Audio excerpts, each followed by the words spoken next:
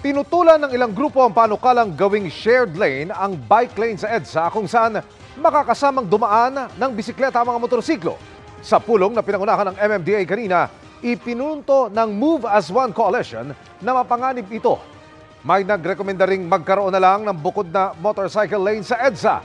Git naman ng Motorcycle Philippines Federation, dapat gumamit ng ibang daan ng mga motorcycle rider bukod sa EDSA.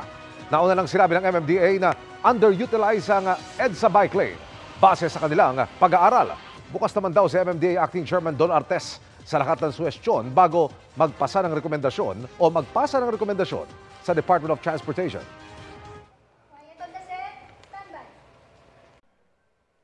Mga kapuso, samahan nyo kaming tumutok 24 oras. Bisitahin at mag-subscribe sa GMA Integrated News sa YouTube.